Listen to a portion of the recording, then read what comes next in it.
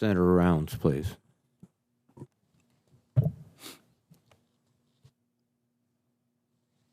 Thank you, Mr. Chairman. Good morning, General Cotton, and thank you to you and to your family for your years of service to our country and your continued service in the future. General Cotton, I share the perspective that the nuclear deterrent is the foundation of our national security. In the past, I've asked other leaders in the nuclear enterprise to give their views in plain language on the importance of our nuclear triad so that our American public, who really don't think about this on a regular basis, can understand why we have hundreds, if not thousands, of nuclear warheads. And can you explain it in such a fashion as to why it is so important to our national security that we not only maintain but accelerate the investment in the modernization of this nuclear triad? Senator Rounds, thank you for the question. I think if we were to do a perspective on talking about the three legs of the triad in particular and how it is the backstop and underpins, I think if I was at a town hall meeting, how I would describe that to a local town hall is think about the bedrock of a feature and what holds the rest of your foundation up. You know, when we're building a home, you know, you want to make sure you have a steady property to put the foundation on.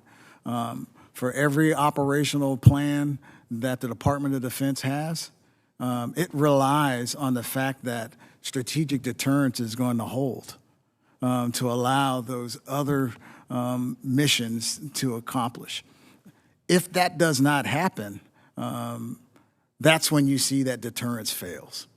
The way that we accomplish that is through our triad of having bombers who are recallable if warranted, having submarines that can be used, or having ICBMs that are readily available for the decision maker to do that.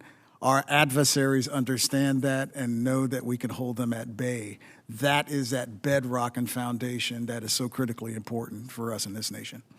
I think it's sometimes we think about the fact that we have great conventional forces, but the reason why those conventional forces can be effective is because everybody knows that in the back, the hammer, are the nuclear forces which have been upgraded, and that's what I want to talk about next.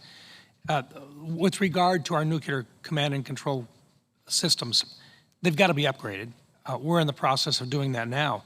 What do you see as one of the biggest challenges, or what do you see as the biggest challenges regarding the upgrading of our current command and control structure? Thank you for the question. As I said in my opening comments, my opening statement, I articulated that it's a resilient system today. I think moving forward, I see it as a continuance. You'll never close the book on a modernization of a comm node. So as I see it, I don't know if I see it as a challenge, but what we're going to be able to have to do is, I say, move to a system using 21st century technologies that allows us to have what I called NC3 over assured comms. So being able to make it so we can message and get data to the warfighters in any situation. So I think that challenge is being able to link the legacy systems with the modernized systems. But I'm here to say that I'm quite pleased in the work that's being done with NC3 Next Gen, if you will. So the team is really getting after it, and I'm pretty impressed on the way forward on being able to close that challenge. Thank you, General. And one last item that I wanted to visit with today, and that is, if confirmed, you will be the lead for joint electromagnetic spectrum operations. The growth of 5G technologies continues to add additional requests for larger parts of the band, some of which are needed for national security.